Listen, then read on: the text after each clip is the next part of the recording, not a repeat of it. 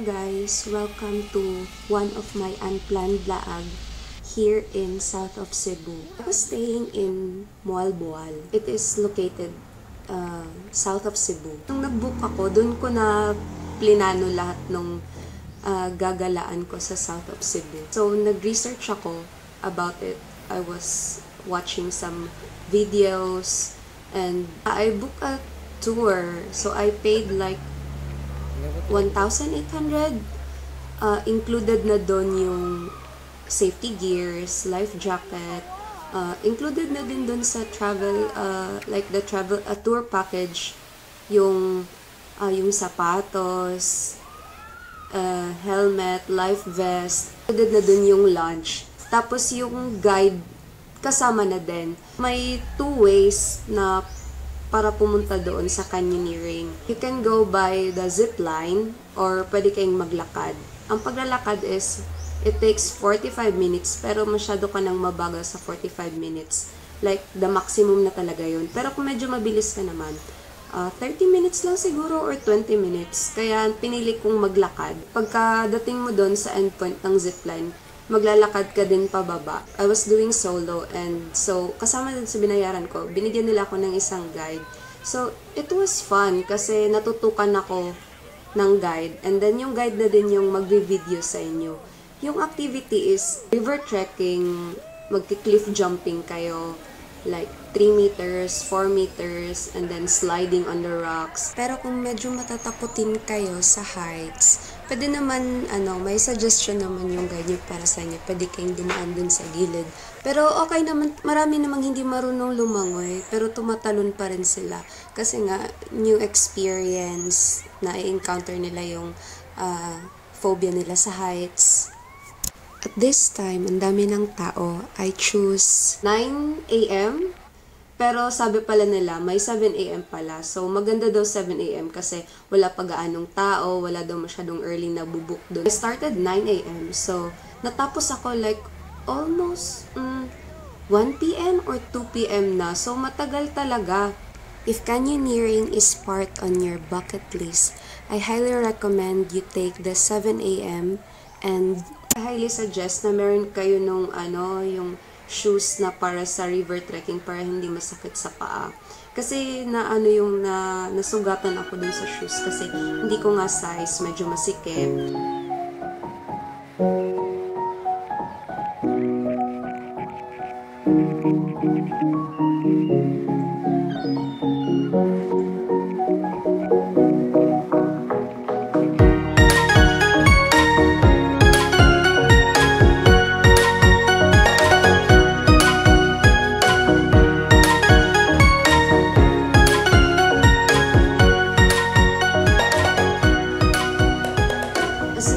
Sobrang linaw ng tubig kapag dito ka. May mga part din na medyo malalim. Meron talagang malalim kasi hindi ko naaabot na. Ay, tsaka may life vest naman. Tsaka meron ding mababaw. Ginagawa nila is yung parang ginagawang train kayo para ma-enjoy nyo naman. Tsaka relaxing. Tsaka nakakapagod talaga siya. Nilagnat nga ako after nung activity na to. Hindi ko akalain lalagnatin ako kasi na-enjoy ko naman, pero hindi ko in-expect na mapapagod talaga ako. Like, malayo. Pero yung guide naman is, iano ka naman niya. Hindi naman siya mabilis kasi ikaw yung inaalala niya.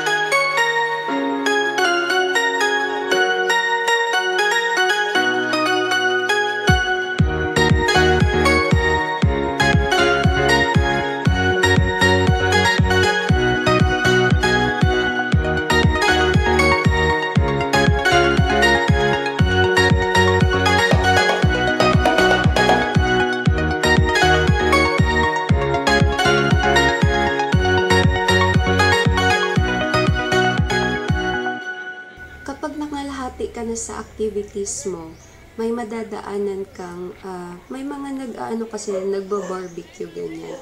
Pag may nadaanan ka ng, may mga nagbo-barbecue, nagtitinda ng mga inumin, mga palamig, it means, nasa kalahati ka na, magdiwang ka na, or let's say, ang magdidiwang ka ba kasi nangalahati ka na. Tapos, ang mode of payment niyan is parang ililista mo lang, tapos dun mo nababayaran pagdating doon sa shop, yung kung saan kayo nag-gather, dun kayo magbabayad kasi ililista yan. Tapos yung sa guide na kayo magbabayad kasi sila na din yung maghahatid ng bayad dun sa next na balik nila doon sa mga may nagtitinda.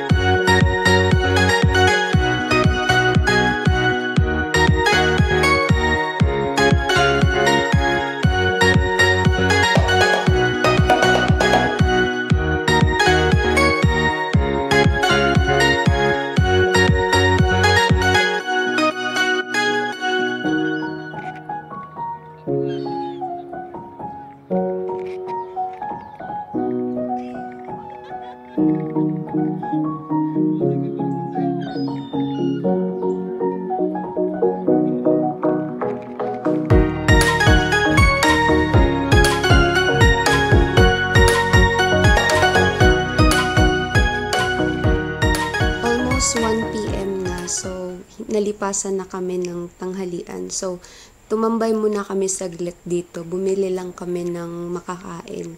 Kasi medyo malayo-layo pa, may 10 meters pang tatalunin. So malapit na to, almost malapit na sa 10 meters na cliff. Ito na yung last part is tatalon ka sa 10 meters. Ito na yung pinakamataas na tatalunan mo. Contemplating pa talaga ako kasi sabi don't stop daw. Kasi baka don't stop. Bakit don't stop? Tapos ayun, sobrang natakot talaga ako. Ayun, natatalon na ako. First time ko kasi natatakot ako dun sa yung hindi magi-stop daw. Takbo lang daw ako. Pero first time ko kasing itry yung ganun kasi usually normal na lang naman. Normal na talon lang yung ginagawa ko. Kaya first time kong ginawa yun. Tapos basta pagka after mo ng 10 meters na talon na dun sa cliff jumping, mag-aano ka na naman, maggaganito ka, parang Tarzan ka. So, malapit ka na talaga sa end point. So, malapit ka na sa Kawasan Falls. So, after canyoneering and then Kawasan Falls, it's all together. So, pag nasa Kawasan Falls ka na, ayan na, end of the Kalbaryo mo na yon. So, hindi naman Kalbaryo kasi chilling naman. Maganda dun tumambay, maganda yung falls. So, ayun. Ayan, may dam pala sila. Dati daw, functional daw tong water dam na to. Dito daw sila kumukuha ng mga pang-inom na tubig, ganyan, sinusupply sa bahay. Pero nasira daw to nung may bagyo. Di ko lang sure kung anong bagyo. Pero sobrang ganda pa rin. Pero hindi na siya functional right now. After ng mahabang lakaran, ito yung bubungad sa'yo. Isang waterfalls. Hindi naman masyadong mataas to. Pero ka rin na pang swimming, tapos another, tsaka magbabayad ka kapag magsiswing ka, like 20 pesos. So, ililista mo pa rin yun, tapos dun mo nababayaran sa shop nila. Tsaka ang sakit ng tiyan ko nito, kasi mali yung paglanding. Tapos ito na nga, ito na yung Kawasan Falls. Usually, may mga tourists na diretso lang sila ng Kawasan. Ito na, ang ganda-ganda, kasi pwede kang magbalsa, papunta, malapit doon sa doon sa falls. Kaso hindi ko na ginawa kasi ayoko. Kasi mahal yung, ewan ko magkano yung bayad. Kasi ako lang mag-isa, so maganda naman na. Tapos dito na yung nasira na yung camera ko. Nag-moist na siya. Thank you for watching and don't forget to subscribe. Thank you!